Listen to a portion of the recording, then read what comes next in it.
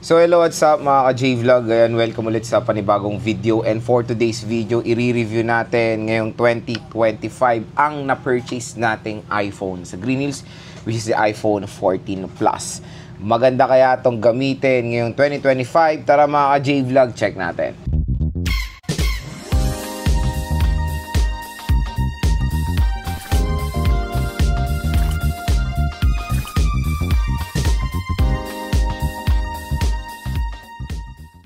So, shout out sa mga nakanood ng aking pagbili nito sa Green Hills. So, ito na po yung pinurchase nating smart lock na iPhone 14 Plus sa GH kay Ate Mayet. So, yun, kung bibili kayo ng mga iPhones, dun tayo sa nire-recommend kong shop, ang CMB Gadget Stall XA07, second floor, Green Hills, San Juan City sila ngayon. At Stall XA07 nga sila ngayon, January 2025. At huwag kayo mag-alala, yung kanilang Facebook page, nasa description box yan. Kung sakaling wala sila doon na ng February, mag-PM na lang kayo sa kanilang FB page. Pero meron din silang permanent shop sa taas, sa Kiniel Telecom by CMB Gadgets, third floor, V-Mall, Green Hills, San Juan City. So, marami rin kasing nagkaka-interest ngayon dito sa 14 Plus, lalo na is nag-price drop na nga. Ito, ang maganda dito, pag nakuha nyo pa ng mura yung mga smart lock version or yung mga network lock version. For example, itong iPhone 14 Plus, meron pa to isa kay Ate Mayet, kaya paunahan na lang. Meron pa tong 128 GB smart lock, 28,000 pesos lang to sa Green Hills kay Ate Mayet. Less cashback, so total of 27,500 pesos for the iPhone 14 Plus. Pero yon, I think pag mga factory unlock, nag-range yung 128 niya sa 31 to 33,000 pesos, 256, 34 to 35. So 30 plus pa naman talaga normal na price nito. Parang sinila lang ni Ate Mayet yung mga network lock nila. Pero again, when it comes sa price tag na 30 plus, okay pa rin naman gamitin or okay naman i-purchase ang 14 plus. Ang pinaka the best dito sa smartphone na to is of course the battery performance. Napakaganda ng battery ng 14 Plus at ito iPhone na to is kay Maring Ana to. So tinanong natin si Ana na okay naman ang performance ng 14 Plus sa battery at gustong-gusto niya dito is of course the screen size. Kasi galing siya sa 13 Pro and meron siyang 15 Pro. Parang nagsawa siya sa mga smaller iPhones kaya nag-decide ako na regaluhan siya ng iPhone 14 Plus na malaki yung screen size which is 6.7 inches. So, nagpalit kami. Kinuha ko yung 13 Pro na binili rin natin yan sa GH. Na-review rin natin yan sa mga ibang video. Again, ano yan, i-game test din natin yung 13 Pro and 14 Plus. I-game test din natin to sa ML, COD, Honor of Kings, Farlight 84, and even Genshin Impact. So, yun nga mga J-Vlog, 128 GB is pinaka-minimum na storage na pwede nyo ma-purchase ng 14 Plus. At ito yon, 128 GB is okay pa naman yan na storage. Yan na rin karaming in-option ng consumers. 128 is plenty pa sa mga ibang consumers. Lalo na sa mga hindi naman gano'n nag-games or hardcore gamers. Kung gamer kayo, I suggest 256 is the best minimum storage for gaming sa mga iPhones. Lalo na hindi po expandable ang storage neto. And for making contents, a vlog, 128 is okay pa naman. Don't worry, pero meron naman din mga cloud storage na option to store your mga files or mga photos. So sa 14 Plus, ang pinaka the best talaga dito sa smartphone na to is yung battery. Battery, napakalupit ng smartphone na to. So kumbaga, to be honest mga J-Vlog, pinalaki siyang iPhone 13. Kasi ang utak po ng iPhone 14 Plus at iPhone 13 na maliit, 13 Pro at 13 Pro Max ay pare-pareho lang po ng utak na Apple A15 Bionic chip. So don't worry when it comes sa utak ng iPhone 14 Plus, para rin tong iPhone 13 Pro Max. Kumbaga, ayun, nagde-decide din si Ana noon, 13 Pro Max or 14 Plus, sinadjust ko mag-plus ka na lang. Kasi unang-una mas magaan siya. I know, maganda yung 13 Pro Max. Unang-una, 120Hz yun. Ito is 60Hz lang. Mas kasi, kumbaga yung 14 Plus at 13 Pro Max, pareho sila ng presyo. Siyempre, mas advanced ng konti yung 13 Pro Max when it comes sa camera. And stay tuned, gagawa rin tayo ng phone comparison about sa mga phones na yan. Pero ito kasi, ginrab ko na yung chance na ito kunin kasi mas mura na nga siya sa GH ngayon. So, again, kung smart user kayo, maghanap lang kayo ng mga network lock doon sa Green Hills na makukuha nyo pa yan ng mas good deal or mas affordable. So, ito, tingnan natin ng malapitan yung nakuha nating iPhone 14 Plus dito kay Ate Mayet. Tingnan nyo naman, is all good condition. Itong nabili natin is may paint chip siya dito sa may camera module niya. Ang ginawa namin is bumili kami ng ring protector para matakpan yung scratches. Pero yun yung malaking theory ko sa lumang sa old user nito is nilagyan niya to ng ring. Tapos yung tinanggal na bakbak yung pintura. So, ano na lang ginawa namin, nilagyan na lang namin para hindi naman mairita si Ana pag gagamitin. So, ayan, all goods na, natakpan ng scratches. So, panindigan na natin lagyan to ng camera ring or camera protector. Pero sinasuggest ko mga ka-J-Vlog, huwag nyong lalagyan ng ganito yan. Kasi kung lalo na kung brand new, pagtagal niyan, there's a possibility yung dikit niyan, yung adhesive niyan is dumikit dun sa pintura na parang nangyari dito, nagka-paint chip siya. So, ito naman nakuha natin, yung color black is maganda naman yung condition when it comes sa physical appearance. Wala namang ganong mga scratches. Okay na okay naman siya. And syempre, napaka-solid din ng internals nito. So, yun nga, is meron siyang 6.7 inches, Super Retina XDR OLED display. And again, mga ka-J-Vlog, the iPhone 14 Plus is not equipped or not suitable sa 120Hz screen refresh rate. So, meron siyang 60Hz refresh rate na standard refresh rate yan until now sa iPhone 16 Plus. So, yun yung major downfall or major downgrade ng mga base model, lalo na yung Plus. I think dapat gawin na nila tong 120Hz para ma-support na rin yung in-display na always on display. Kasi wala pong always on display until now ang 16 Plus.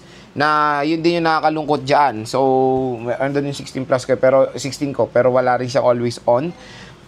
Okay, so syempre, etong 14 Plus is kasabay niya yung 14 Pro and 14 Pro Max na nakakalungkot. Notch pa rin siya. Sa Pro kasi at Pro Max is punch hole na sila. Ay in this, dynamic island. So, check natin yung camera nito. Magbibigay rin ako ng photo samples later on dito sa iPhone 14 Plus. Pero, napaka-solid ng camera nito mga ka-J-Vlog. Sobrang linaw din. Ayan.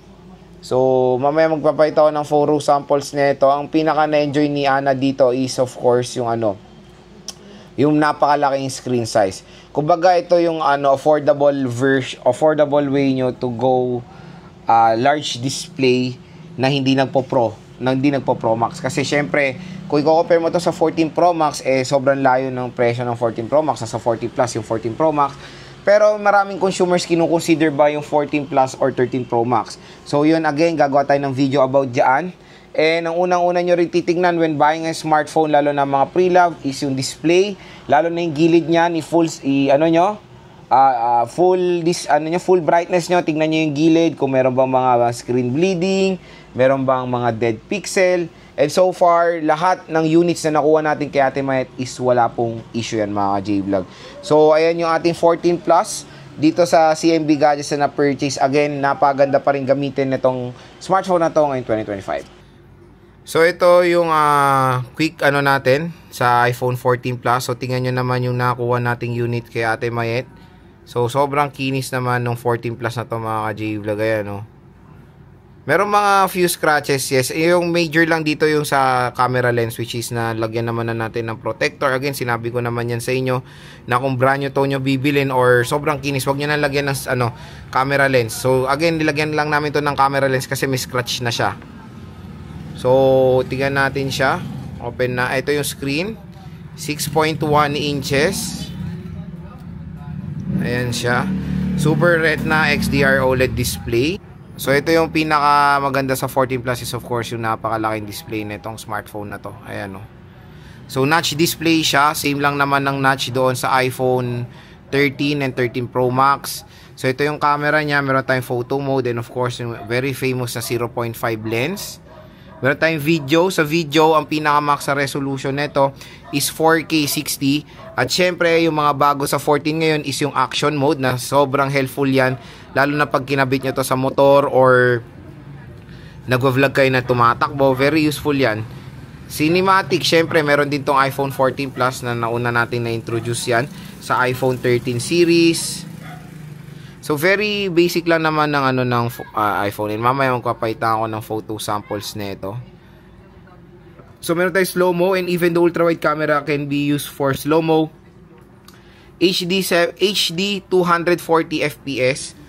Meron tayong time-lapse. Siyempre, yung very popular na portrait mode for background blur. And panorama shots. So yun lang mga J-Vlog, very basic lang naman yung camera app ng iPhone 14 Plus. Pero yun, napakaganda nung video na itong smartphone na to. Sobrang solid ng camera niya dito sa dual rear camera system na 12 megapixel main at 12 megapixel ultra wide camera. So yun mga ka-J-Vlog, ang pinaka main question kung sulit bang i-purchase ang iPhone 14 Plus ngayon 2025.